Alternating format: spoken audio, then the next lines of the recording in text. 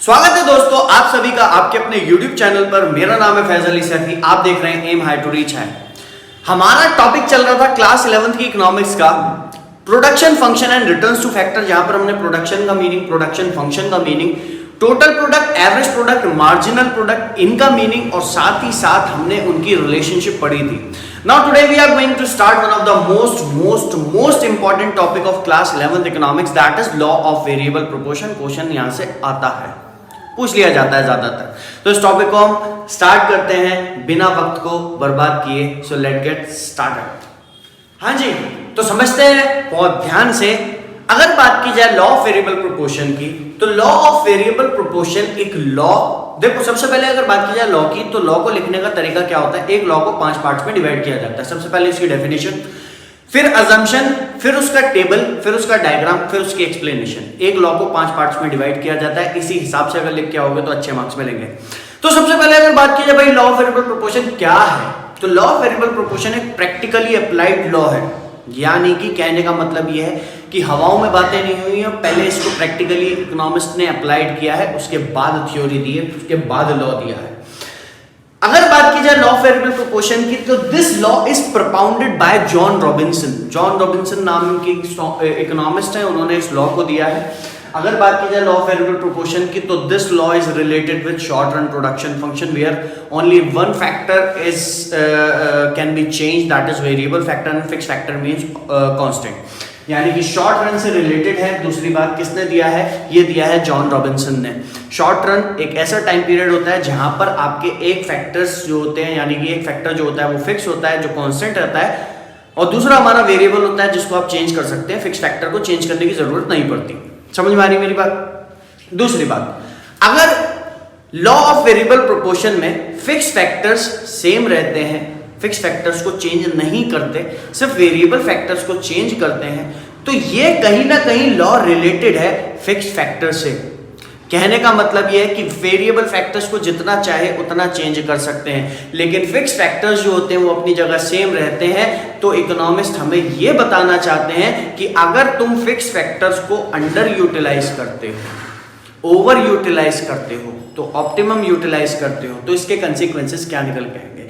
यानी कि जब कभी भी एक फिक्स फैक्टर को, फिक्स फैक्टर कौन से होते हैं, मशीन हो गई, लैंड हो गया, बिल्डिंग हो गई, they all are fix factors. अगर आप इनको ठीक से इस्तेमाल करते हो, अच्छे से इस्तेमाल करते हो और जरूरत से ज्यादा इस्तेमाल करते हो, तो इसके कंसिक्वेंसेस क्या निकल के आने वाले हैं। लॉ ऑफ वेरिएबल प्रोपोर्शन ये बताता है। तो अगर बात की जाए लॉ ऑफ वेरिएबल प्रोपोर्शन की डेफिनेशन की, तो डेफिनेशन ये रही, देखो, this law states that as we increase the quantity of one input that is variable, यानी कि इसमें इकोनॉमिस्ट ये कहते हैं कि अगर आप प्रोडक्शन के टाइम पे, ये लॉ ये बताता है कि as increase the quantity of one input, यानी कि आप सिर्फ एक इनपुट यानी कि वेरिएबल फैक्टर्स की क्वांटिटी को चेंज कर रहे हैं, आप वेरिएबल फैक्टर्स को इंक्रीज कर रहे हैं, चाहे labour, power, fuel, electricity, raw material, they all are variable factors. तो प्रोडक्शन के टाइम पे आप क्या कर रहे हो, वेरिएबल फैक्टर्स को इंक्रीज कर रहे हो, and keeping the other factors constant, that is fixed. यानी कि फिक्स फैक्टर्स को क्या रखना है, कांस्टेंट रखना है। फिक्स फैक्टर्स कौन से होते हैं, which do not very with the level of output. Production increase हो डिक्रीज हो, ये क्या रहते हैं, अपनी जगह बिल्कुल सेम रहते हैं। तो हमने क्या किया, फिक्स फैक्टर को सेम रखा, वेरिएबल फैक्टर्स को इंक्रीज किया, तो क्या होगा, then the total product initially increases at increasing rate. तो शुरू में क्या होगा, शुरू में हमारा टोटल प्रोडक्ट बहुत तेजी के साथ इंक्रीज करेगा। Then the total product diminishing rate, यानी कि then at a diminishing rate, total product जो है हमारा डिमिनिशिंग रेट से इंक्रीज तो होगा लेकिन बहुत धीरे धीरे। And finally at a negative rate, last में हमारा टोटल प्रोडक्ट क्या होने लगा, नेगेटिव रेट से फॉल करने लगेगा, हमारा टोटल प्रोडक्ट डिक्रीज करने लगेगा।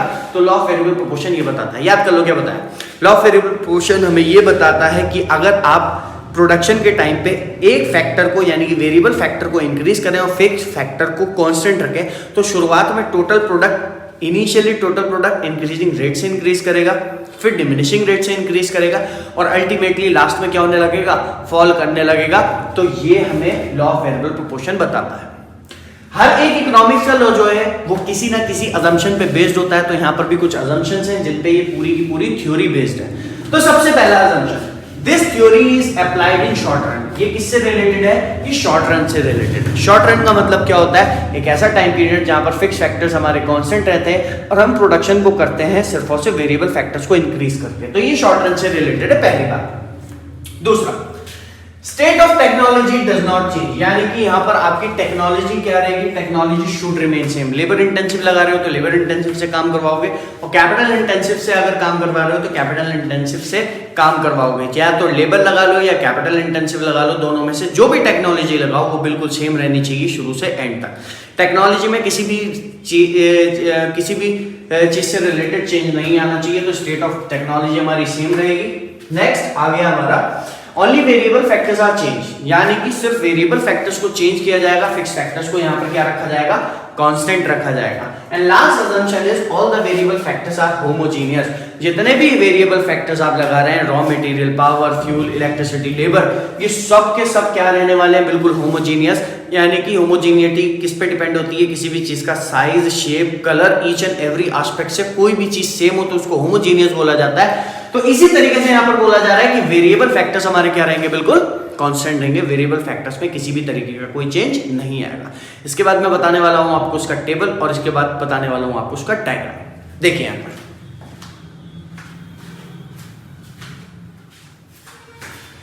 देखो भाई, अब इसको शेड्यूल से और डायग्राम से हम यहाँ पर स्टडी करने वाले हैं। तो सबसे पहले हमने यहाँ पर ले लिया अपने यूनिट्स ऑफ फिक्स फैक्टर, और यहाँ ले ली यूनिट्स ऑफ वेरिएबल फैक्टर्स यानी कि लेबर, और यहाँ पर ले लिया हमने land. This is your total product, that is total production, and this is your marginal product, यानी कि production after employing one extra unit of a labor, यानी कि एक एक्स्ट्रा लेबर को लगाने के बाद कितना प्रोडक्शन होता है। This is your marginal product।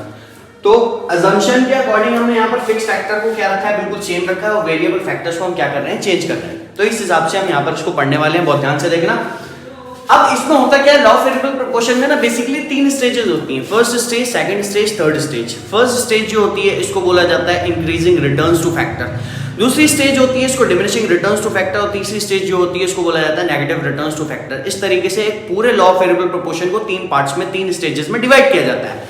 तो सबसे पहले मान करके चलते हैं, हमारा पीस ऑफ लैंड बिल्कुल फिक्स है। एक लैंड है, उसमें हमने एक लेबर लगाई, तो वो हमें 2 यूनिट्स प्रोड्यूस करके दे रही थी। ठीक है, अब हुआ क्या? एक उसी लैंड में हमने एक लेबर और लगा दी, तो प्रोडक्शन 3 से कितनी हो गई? 4 हो गई। सॉरी, 2 से कितनी हो गई? 3 हो गई। यानी कि प्रोडक्शन क्या हो गई? हमारी प्रोडक्शन पहले से इंक्रीज हो गई due to specialisation, due to increase in efficiency of labour. क्योंकि जब काम 2 लोगों में बढ़ता है ना, तो काम तेजी से होता है। ठीक है, फिर मैंने एक और लेबर लगा दी। एक और लेबर जब मैंने लगाई तो प्रोडक्शन हमारी 3 से 4 हो गई। समझ में आ रही है मेरी बात? प्रोडक्शन हमारी 3 से 4 हो गई। अब अगर बात की जाए, मैं एक और लेबर लगाता हूं, ठीक, अब ये 3 लोग बिल्कुल परफेक्ट तरीके से काम कर रहे थे, तो मैं अगर एक और लेबर लगाता हूं, एक और लेबर अगर मैंने यहां पर छोड़ी, तो हमारी जो प्रोडक्शन थी वो कितनी हो गई? 4 से 3 हो गई। क्यों? क्योंकि फिक्स फैक्टर की एक मैक्सिमम कैपेसिटी होती है जिसके बियॉन्ड जाकर के वो प्रोडक्शन नहीं कर सकता। वेरिएबल फैक्टर्स तो जितने चाहे उतने लगा दो, लेबर जितनी चाहे उतनी लगा दो, लेकिन लैंड की अपनी एक फिक्सिटी होती है, एक अमाउंट होती है जिसके बियॉन्ड जाके आप प्रोडक्शन नहीं कर सकते। तो इसी तरीके से ये 3 लोग बहुत बेहतरीन तरीके से काम कर रहे थे। अब चौथा बंदा आया, तो चौथे बंदे ने प्रोडक्शन तो दी लेकिन पहले से कम, यानी कि उसके आने से प्रोडक्शन बढ़ी नहीं, डिक्रीज हुई थोड़ी सी। तो बढ़ तो रही है प्रोडक्शन लेकिन डिक्रीज हो रही है। फिर इसके बाद अगर बात की जाए 5वें बंदे की, 5वें लेबर को हमने छोड़ा तो प्रोडक्शन और कम हो गई, 6ठे बंदे को छोड़ा तो प्रोडक्शन और कम हो गई। यानी कि पहले हमारी प्रोडक्शन बहुत तेजी से बढ़ रही थी, फिर इंक्रीज तो हो रही है लेकिन धीरे धीरे। अब क्या होगा? ये लोग बिल्कुल परफेक्ट तरीके से 6 लोग काम कर रहे थे, अब एक भी बंदे की जरूरत नहीं थी। हमने क्या किया? उस फील्ड में एक लेबर को और छोड़ दिया, खेतीबाड़ी के लिए एक लेबर को और छोड़ दिया। जैसे ही एक लेबर को और छोड़ा तो उसके आने से प्रोडक्शन पे बिल्कुल भी असर नहीं पड़ेगा, तो मार्जिनल प्रोडक्ट हमारा क्या होगा? बिल्कुल 0 हो जाएगा। फिर हमने क्या किया? एक और लेबर को लगा दिया, तो इससे क्या होगा? उसकी एफिशिएंसी डिक्रीज हो जाएगी, और फिक्स फैक्टर्स की अब अपनी एक मैक्सिमम कैपेसिटी होती है जिसके बियॉन्ड जाकर के वो प्रोडक्शन नहीं कर सकता। आपने उसमें एक और लेबर लगा दी, तो अब लेबर्स की एफिशिएंसी क्या हो जाएगी? डिक्रीज हो जाएगी, और प्रोडक्शन जो थी वो हमारी -1, यानी कि वो जो बंदा आया है वो और लोगों को भी काम नहीं करने देगा। इससे एफिशिएंसी डिक्रीज होगी, प्रोडक्शन डिक्रीज हो जाएगी। So this is your marginal product. When we are talking about total product, तो टोटल प्रोडक्ट क्या है हमारा? देखो, सबसे पहला 2 + 3 5 5 + 4 9 9 + 3 12 12 + 2 14 14 + 1 15, 15 plus 0 15 and 15 minus 1 14.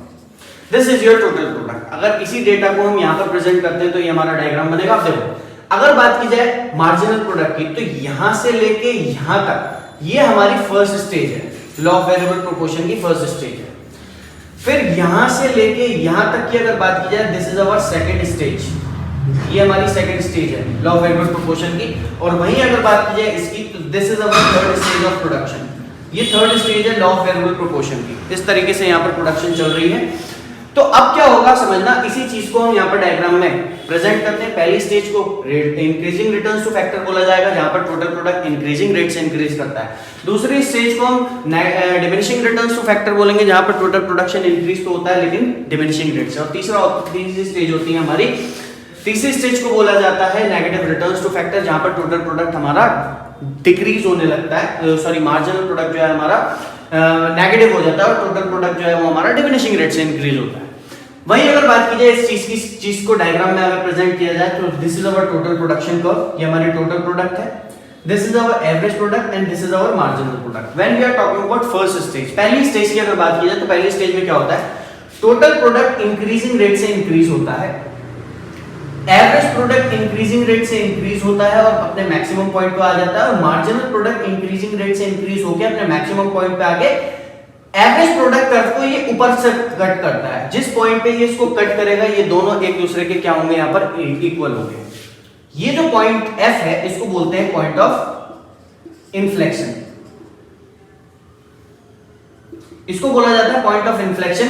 Point of inflection का मतलब क्या होता है, इस पॉइंट के बाद टोटल प्रोडक्ट इंक्रीज तो होगा लेकिन डिमिनिशिंग रेट से। तो पहली स्टेज हमारी यही खत्म हो जाती है। पहली स्टेज में क्या हो रहा है, टोटल प्रोडक्ट इंक्रीजिंग रेट से इंक्रीज हो रहा है, मार्जिनल प्रोडक्ट हमारा इंक्रीज होके मैक्सिमम पे आके एवरेज प्रोडक्ट कर्व को ऊपर से कट करता है। जिस पॉइंट पे इसको कट करता है, यहां पर एवरेज प्रोडक्ट और मार्जिनल प्रोडक्ट दोनों क्या होंगे, एक दूसरे के इक्वल होंगे।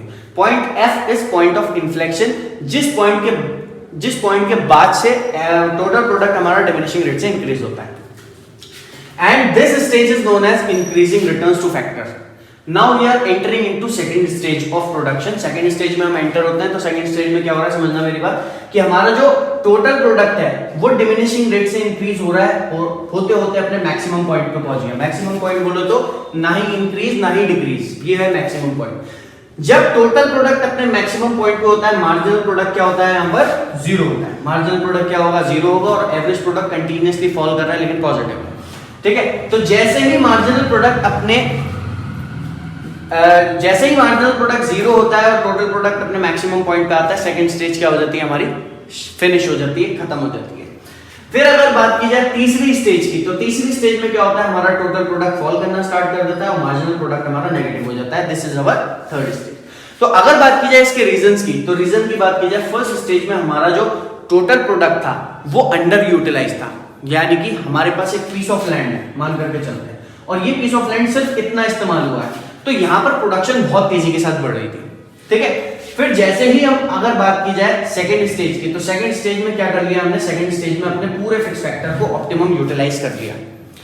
ठीक, तो सेकंड स्टेज का जो रीजन वो है optimum utilisation of fix factor, और पहले स्टेज का रीजन है under utilisation of fix factor and increase in efficiency of labour due to specialisation और डिवीजन ऑफ वर्क। दूसरी स्टेज में क्या हो रहा है, दूसरी स्टेज में हो रहा है हमारा imperfect substitution of fixed factor and optimum utilization of fixed factors।